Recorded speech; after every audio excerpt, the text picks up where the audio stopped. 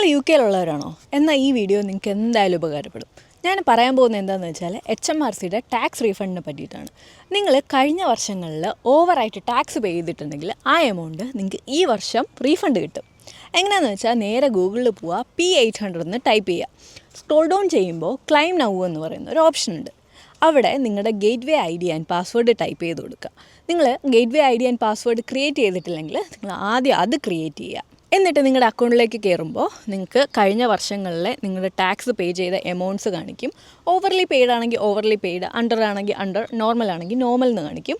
ഇപ്പോൾ എൻ്റെ tax payment എങ്ങനെയാണെന്ന് ഞാൻ കാണിച്ചു തരാം. എനിക്ക് ഇതുവരെ ഈ വർഷത്തെ ടാക്സ് കാൽക്കുലേറ്റ് ചെയ്തിട്ടില്ല. സോ കാൽക്കുലേറ്റ് ചെയ്തിട്ടില്ലെങ്കിൽ നിങ്ങൾക്ക് ഇങ്ങനെ കാണിക്കും. അപ്പോൾ നിങ്ങൾ വെയിറ്റ് ചെയ്യണം, കുറച്ച് ദിവസം കൂടെ കഴിഞ്ഞിട്ട് നോക്കിയാൽ മതി. അതല്ല, നിങ്ങൾക്ക് ഓവർലി പെയ്ഡ് ആണെങ്കിൽ നിങ്ങൾക്ക് റീഫണ്ട് ചെയ്യാനുള്ള ഓപ്ഷൻ അവിടെ അവൈലബിൾ ആണ്. സോ എല്ലാവരും നിങ്ങളുടെ ടാക്സ് ചെക്ക് ചെയ്യുക. ഓവറായിട്ട് പേ ചെയ്തിട്ടുണ്ടെങ്കിൽ എന്തായാലും പോയി റീഫണ്ട് വാങ്ങിക്കുക. നിങ്ങളുടെ ഫ്രണ്ട്സിന് ഈ വീഡിയോ ഒന്ന് ഷെയർ ചെയ്ത് കൊടുക്കുക.